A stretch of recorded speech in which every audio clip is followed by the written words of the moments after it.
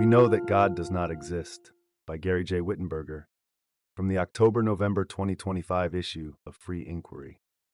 Over the 75 years of my life, my belief in God has dramatically changed. For the first 5 years, I had no concept of any God or deity. Then my indoctrination began. I learned to believe in the one and only deity, God himself or herself. By the time of my senior year in high school, I was a moderately strong Christian. I even contemplated entering the ministry as a career. Then at the age of 19, in my sophomore year at the university, things began to change fairly rapidly. In the course of just that 1 year, I went from a conservative Christian to deist to agnostic to atheist. I took one philosophy class from Professor William L. Rowe, who proved to be quite an influence on me. From about age 20 to 69, I believed that God very probably did not exist. But then, in the past 6 years, I have come to know that God does not exist. Theists, agnostics, and even some atheists frequently tell me, nobody can know or does know that God does not exist. You are no exception. It's impossible to know that. Well, I just disagree.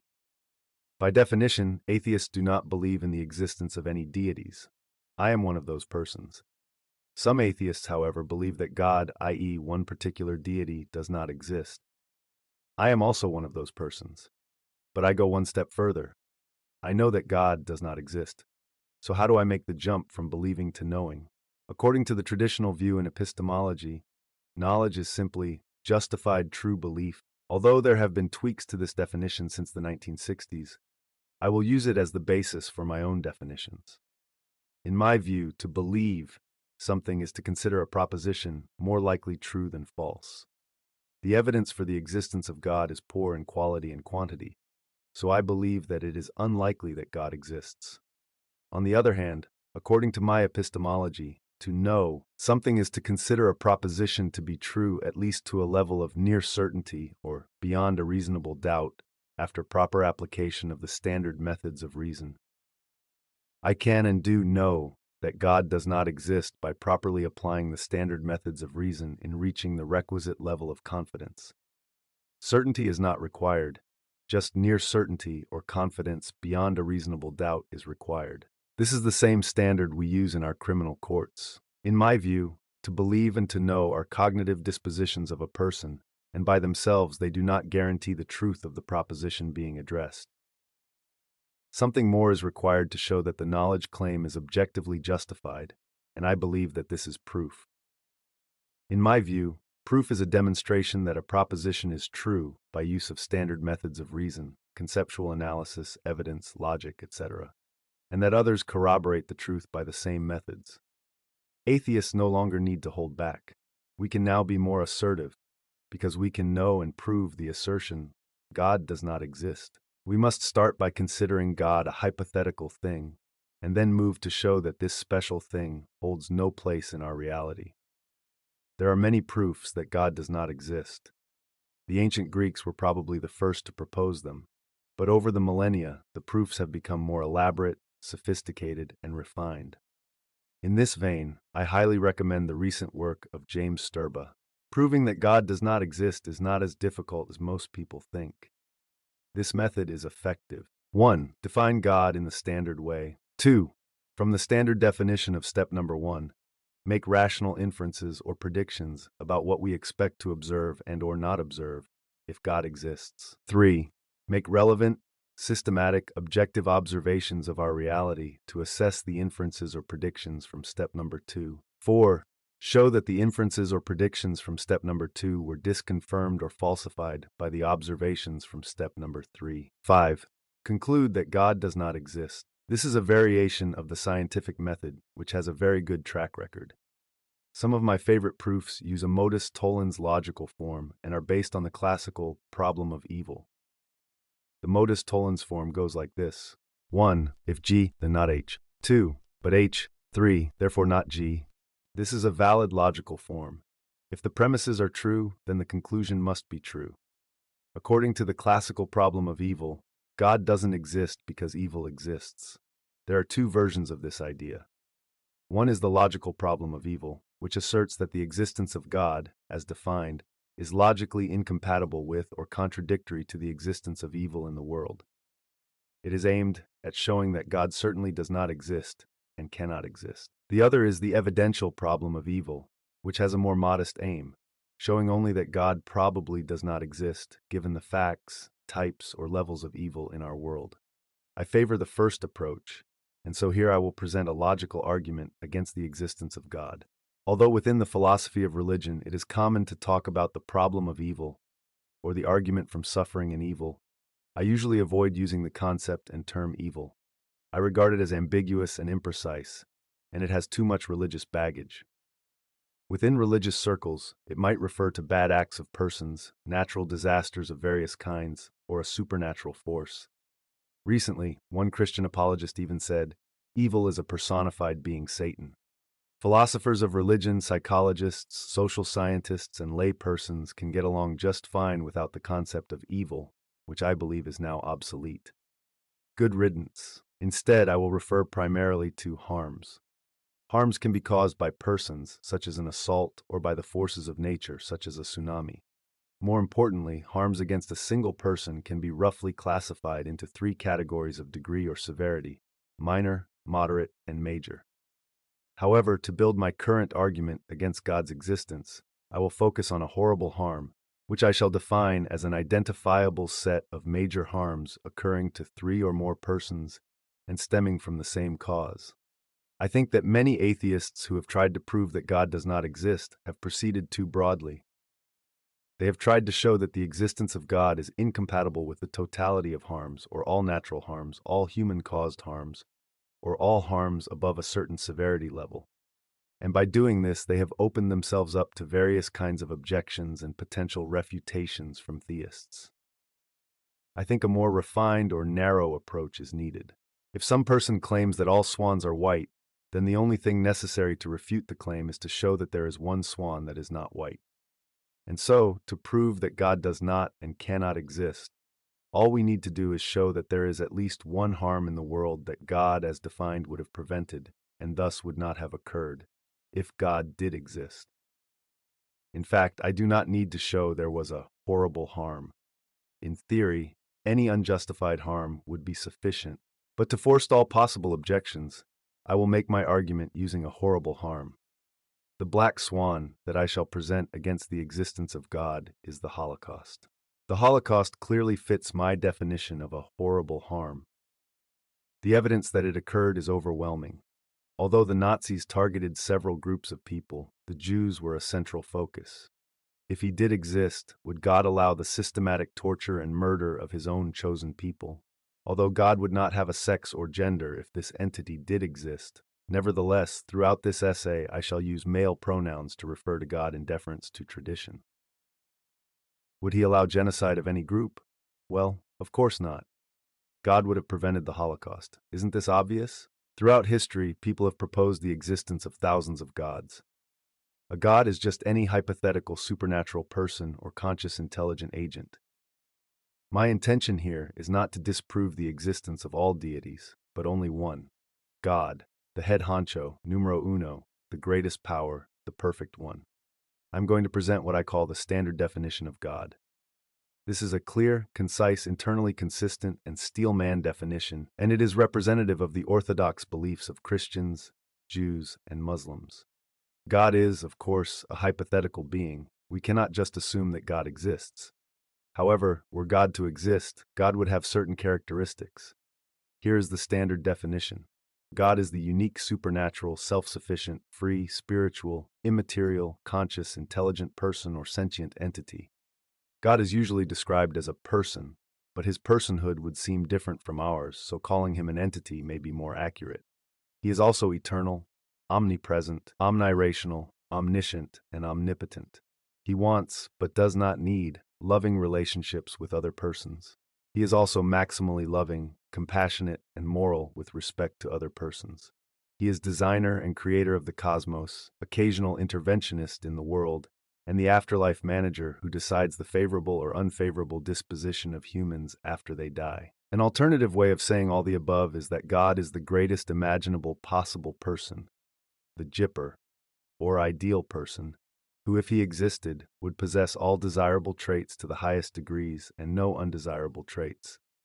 he would be worthy of our greatest respect, admiration, and worship. All the traits of God are important, but three are particularly relevant to my argument, so I will focus briefly on them. God would be maximally knowing, sometimes called omniscient. This simply means knowing everything that could be logically known, including all facts about the present, past, and future, and all facts about all natural laws. God would also be maximally powerful, sometimes labeled omnipotent. This just means able to do anything that is logically possible. If he did exist, God could not make a square triangle or produce a stone so heavy that he could not lift it. But he could design and produce a universe like ours, including the fine-tuning of its physical constants. God would be maximally moral, sometimes called omnibenevolent. This means that God would act morally in 100% of morally relevant situations or dilemmas. In general, to act morally means to behave in a rational, respectful, righteous, and just manner. I agree with those theist, agnostic, and atheist philosophers who believe in one right moral code. We believe that this moral code is not subjective, relativistic, or arbitrary. We believe it is objective, universal, and rational. I call the code correct universal ethics for persons. It is not necessary to delve too deeply into QP in this essay, but the reader is encouraged to read more about it in some of my other writings. Suffice it to say for now that if God did exist, he would conform 100% of the time. Brian Huffling, a prominent Christian apologist, and some other theists believe that if God were to exist, he would supersede or transcend any moral code applicable to humans. But QP would be universally applicable to all persons or conscious intelligent agents, not only to human persons. If God did exist as defined in the standard way, he would be perfectly moral, and his actions would be consistent with an objectively valid moral code. Unfortunately, Huffling and other theists have embraced the false doctrine that I call divine exceptionalism, which is the belief that some particular deity would be exempt from moral evaluation under a rational, objective, and universal morality. This belief is usually rationalized by saying that the deity would be exempt because he is sovereign, the creator of everything, the supreme authority. This belief is irrational and misguided. It is similar to the idea that kings or even U.S. presidents, current or former, are or should be above the law. In the end, it just exemplifies the error of special pleading. In addition, if God could act unjustly, then why would we worship him? Richard Dawkins and Dan Barker have said that God is arguably the most unpleasant character in all fiction. It is true that the Bible portrays God as engaging in or condoning acts we would today consider immoral. I believe these descriptions merely represent the biased, self-serving, and parochial attributions of ancient Israelites or other tribes who often wanted to use God as a justification for their own immoral actions toward outsiders. Morality has progressed over the past 3,000 years, and today we recognize the moral immaturity of ancient peoples as they wrote about deities. By today's standard definition of God, he would be perfectly moral. Any deity who behaves immorally or immorally would not be God. I'll now present my full argument and afterward discuss some reactions and objections to it. The two-way argument against the existence of God based on the Holocaust. 1. Standard definition of God, see above. 2. It is a moral duty for any person X to prevent any moderate to major harm to any other person Y or any horrible harm to any group Z, unless a morally relevant exception applies.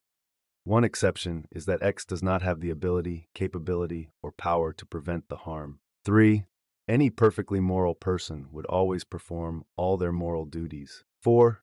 The Holocaust was certainly a horrible harm to the Jews and other groups. 5. If God did exist, because he would be an omnipotent, omniscient, and a perfectly moral person, he would have prevented the Holocaust. Consequently, the Holocaust would never have occurred. 6. But the Holocaust did occur. 7. Therefore, God does not exist. The second way. 8. If God did exist, and if the Holocaust did occur, then because of his nature, God should have had morally justified reasons to allow the Holocaust. 9. The Holocaust did occur. 10. There are specific morally justified reasons that would excuse some persons from allowing the horrible harm of the Holocaust to occur. But God would not have any of these reasons. None of the exceptions would be available or applicable to him. For example, Other persons might be excused from allowing the Holocaust because they did not have the power to prevent it. But this could not be a morally justified reason for God, because he would be omnipotent. For example, other persons might justly allow the Holocaust because allowing it would be necessary for them to prevent some greater harm than the Holocaust itself. But this could not be a morally justified reason for God, because nothing at all would be necessary for him to allow that would prevent some greater harm, because he would be omnipotent. God would have dominion over all necessities and natural laws. For example, other persons might justly allow the Holocaust because allowing it would be necessary for them to produce a benefit that outweighed the Holocaust. But this could not be a morally justified reason for God, because nothing at all would be necessary for him to allow that could produce some benefit that would outweigh the Holocaust, because he would be omnipotent. God would have dominion over all necessities and natural laws. There are several other reasons that could morally justify the allowance of the Holocaust by some persons, but there is no need to consider these seriatim. None of these would be applicable to any omniscient, omnipotent person or deity, including God. 11. There is no morally justified reason to allow the Holocaust for any omniscient and omnipotent person or deity. 12. Therefore, God does not exist. Objections to my argument. Perhaps the most common objection to my argument is, God exists, but he just works in mysterious ways. False. If God did exist, he would not work in mysterious ways. God would work in transparent ways. That is the only moral way for any omniscient, omnipotent authority figure to act. Appealing to mystery amounts to an argument from ignorance, so we may quickly dispense with this objection. One objection to my second Holocaust argument against the existence of God might be that it doesn't prove that God does not exist, because it is possible that God would have a morally justified reason for allowing the Holocaust, a reason of which we have no knowledge. Not only theists, but unfortunately even some atheists have mistakenly endorsed this objection. William Lane Craig, probably the most prominent Christian apologist in the world, has been one of the strongest peddlers of this idea. On his website, Reasonable Faith, he wrote, "So long as it is even possible that God has morally sufficient reasons for permitting evil, it follows that God and evil are logically consistent. And certainly, this does seem at least logically possible." Then in a YouTube interview, he doubled down on his assertion. The atheist would have to prove that there was no logically possible reason that God could have for permitting evil and suffering in the world. And no one can prove such a thing. The first problem with Craig's objection is that he is trying to shift a burden of proof from the theist to the atheist, when he has no rational grounds for doing this. He, as a theist, is making at least these three extraordinary claims. 1. God exists. 2. It is possible that God has morally sufficient reasons to allow a horrible harm such as the Holocaust. And 3. God in fact does have morally sufficient reasons to allow the harm. But where are his proofs for any of these claims? They are nowhere to be found.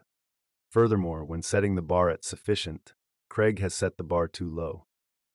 If God did exist, then all his reasons for allowing the Holocaust would need to be morally justified.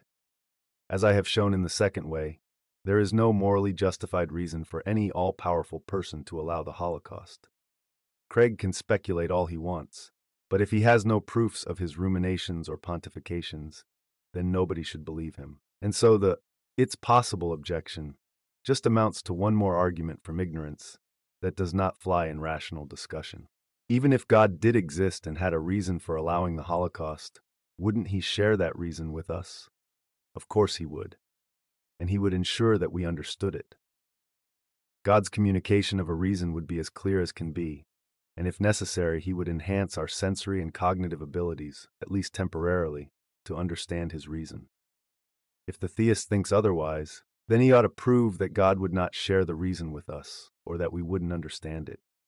Silence, ignorance, and mystery are not rational arguments. As indicated, I acknowledge that there could be morally justified reasons for some person or intelligent agent to fail to prevent a horrible harm, such as the Holocaust. But as I have shown in the argument, these reasons would not be applicable to God if he did exist. None of these reasons would provide an exoneration of a maximally powerful deity. The free will objection. Another popular objection to my type of argument is the so-called free will defense. I'm going to devote a special section to this because of its popularity. The free will defense has been favored by many Christian philosophers, especially Alvin Plantinga and his followers. These philosophers assert that God does exist and generously gave human beings the valuable capacity of free will. Unfortunately, we humans sometimes use this capacity to intentionally harm others. They say the harm is just the expected price to be paid for having free will. Presumably, God thought that even allowing that some harm might be done, it was better for him to create a world with free will than a world without it. Setting aside for now the highly reasonable suggestion that we humans may not even have free will, there are two major problems with this free will defense. One is that it does not do well in a proper cost-benefit analysis, which I will discuss later. But the other major problem is that it entails a fatal false dichotomy. The false dichotomy is that if he did exist, God must give us free will either for all behaviors or for none at all. This is simply mistaken. Because of his maximal power and righteousness, God could and would have given us the capacity to freely choose some behaviors but not others. To clearly show why the free will objection does not work, I must first outline my own theory of it. We humans make choices nearly all the time. The simplest choice is between doing any behavior B and not doing it. Doing B could be any voluntary behavior, such as raising one's arm, going to the store to buy groceries, committing murder, or eating an apple in the Garden of Eden. Of course, we do make more complex choices, perhaps between behaviors B, C, and D, for example. But for now, let's just assume that my conclusions about the simplest choice between B and not B can be easily generalized to more complex situations. Imagine that we have an executive function in our brains that receives input and based on that input makes the choice between doing B or not. What influences the choice? At this early stage in our pursuit of neuroscientific knowledge, we do not have a definitive answer, but different philosophers and psychologists throughout history have identified three possible influences on the choice. 1. Causes, 2. Randomness, and 3. The sovereign self. Causes are the prior events of genetics, environment, child rearing, life experiences, and their interactions that, either by themselves or in combination, inevitably determine our choice in the present moment. A mechanism of randomness would just be like the flip of a coin, an unpredictable and unreliable influence to do B or not. Some experts believe that pure chance has a wide role in decision-making. Finally, the sovereign self is a hypothetical function, process, or mechanism that mysteriously drives the choice between B and not B beyond and independent of any causes and randomness. The sovereign self, usually known as the soul by theists or mind by some libertarian atheists, is represented by the idea, I just decided totally on my own.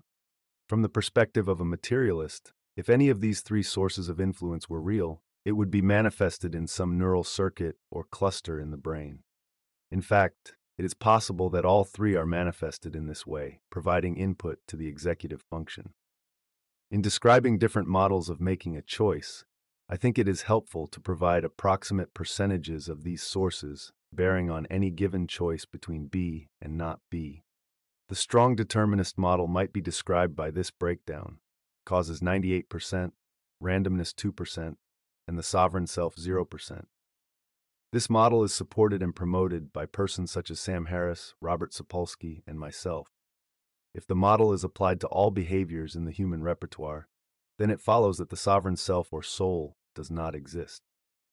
At the other extreme, the libertarian free choice model might be described by the following breakdown: causes 10%, randomness 0%, and the sovereign self 90%.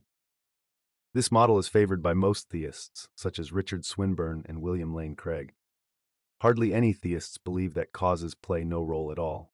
For example, the threat of hell might be one cause. A moderate free choice model might be represented by causes 38%, randomness 2%, and the sovereign self 60%. The set of all these models is infinite, even when considering the single choice to do B or not to do B. So how are these models related to God and the Holocaust? If God did exist, because he would be all-powerful, he could freely choose to design the human brain according to any model within this infinite set of models as applied to any behavior in the repertoire of human beings. But because he would be perfectly moral with respect to the behavior of genocide, God would choose to design the human brain according to just one model, with causes 100%, randomness 0%, and the sovereign self 0%. God would arrange all causes to determine that human beings would never choose genocide. Why would God design our brains in this fashion? Although perhaps not true for all harmful actions, the total costs of genocide far outweigh the total benefits for all involved persons. In particular, the harms to the Jewish victims far outweighed the benefits to the Nazi offenders in the Holocaust. It is both ironic and hypocritical when theists believe that God could fine-tune the constants of the universe to enable or create life, even human life. But he could not fine-tune the human brain to disallow or prevent genocide. Although the free will defense is popular, it is an abysmal failure. If God did exist, because he would be all-powerful and perfectly moral, he would have prevented the Holocaust. To allow it would be to enable it, which would be immoral. God, as defined, would never do that, as recounted in the first way. In addition to the way of preventing genocide through the brain design that I already mentioned, there are at least two other ways that God could do it. One way would be by designing the human brain to be capable of choosing genocide, but incapable of implementing it. And finally, another way would be by designing the human brain to be capable of choosing and implementing genocide, but arranging for attempts to fail. And so God could and would block, disrupt, or interfere with either choice, implementation, or effects. The Holocaust would not occur, period. A morally justified reason for the Holocaust. Let's return briefly to the idea that God might have had a morally justified reason for allowing the Holocaust, and see how this lines up with Adolf Hitler's own thinking. In his autobiographical book, Mein Kampf, Hitler said, "Hence today I believe that I am acting in accordance with the will of the Almighty Creator. By defending myself against the Jew, I am fighting for the work of the Lord." One of Hitler's biographers, John Toland, wrote that as late as 1941, Hitler was still a member in good standing of the Church of Rome, despite his detestation of its hierarchy, and adhered to its teaching that the Jew was the killer of God, actually of Jesus. The extermination, therefore, could be done without a twinge of conscience, since he was merely acting as the avenging hand of God, so long as it was done impersonally, without cruelty. Yes, I know, there is controversy about Hitler's religious and moral beliefs, and we must take his own quotes and the psychological analyses of his quotes and behaviors with a grain of salt. But it is still important to try to draw rational inferences about the dictator's beliefs. I think he would have believed in the God described by the standard definition, but his beliefs about God's motives would differ quite a bit from the beliefs of most Christians today.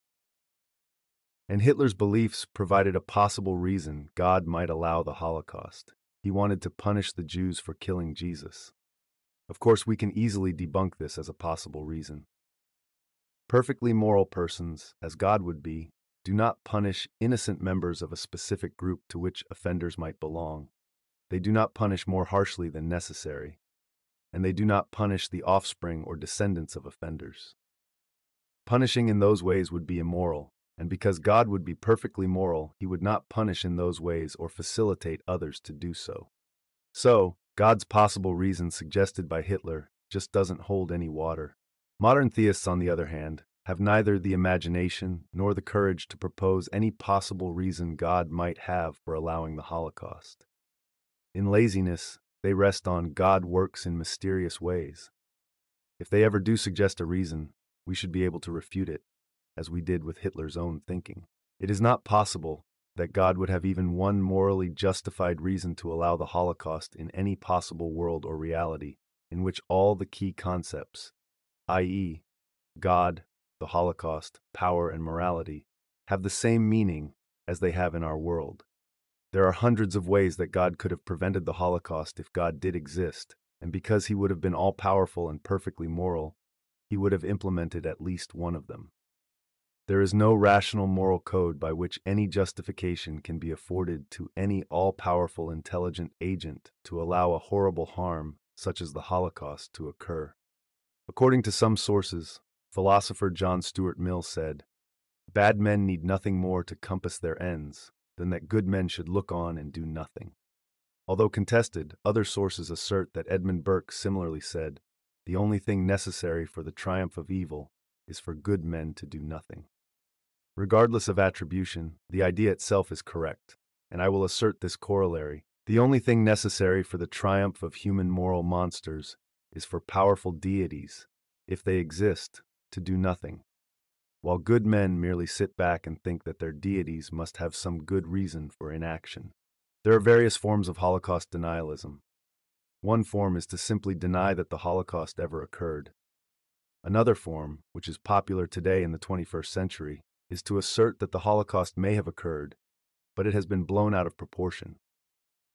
Maybe the Nazis killed 6,000 Jews, but it was not even close to 6 million, so the deniers say. Another form is to proclaim that the Holocaust may have occurred, but the Jews had it coming. I suggest that modern theists who reject my Holocaust argument are engaged in a new form of Holocaust denialism.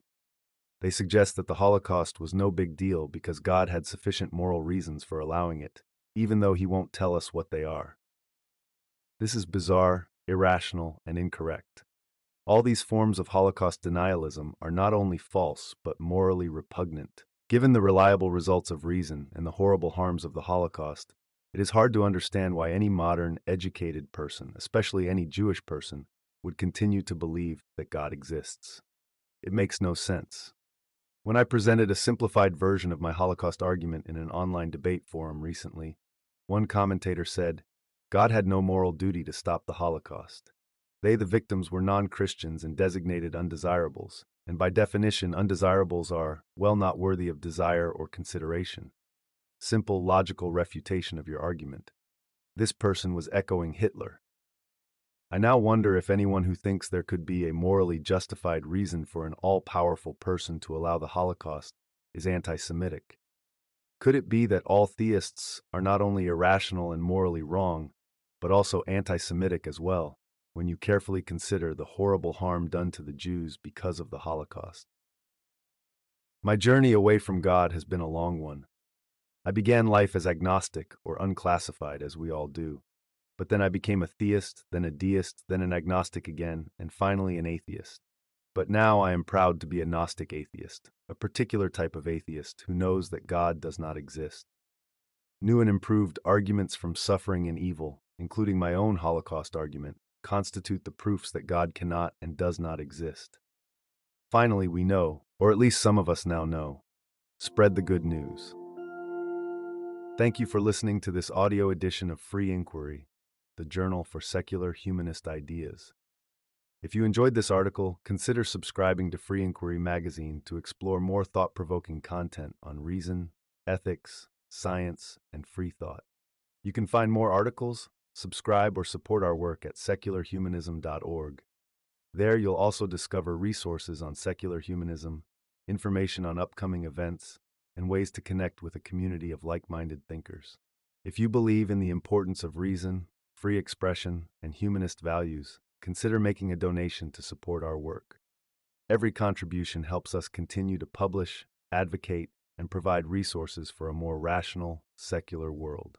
Once again, thanks for listening and for supporting free inquiry, free minds, and free expression.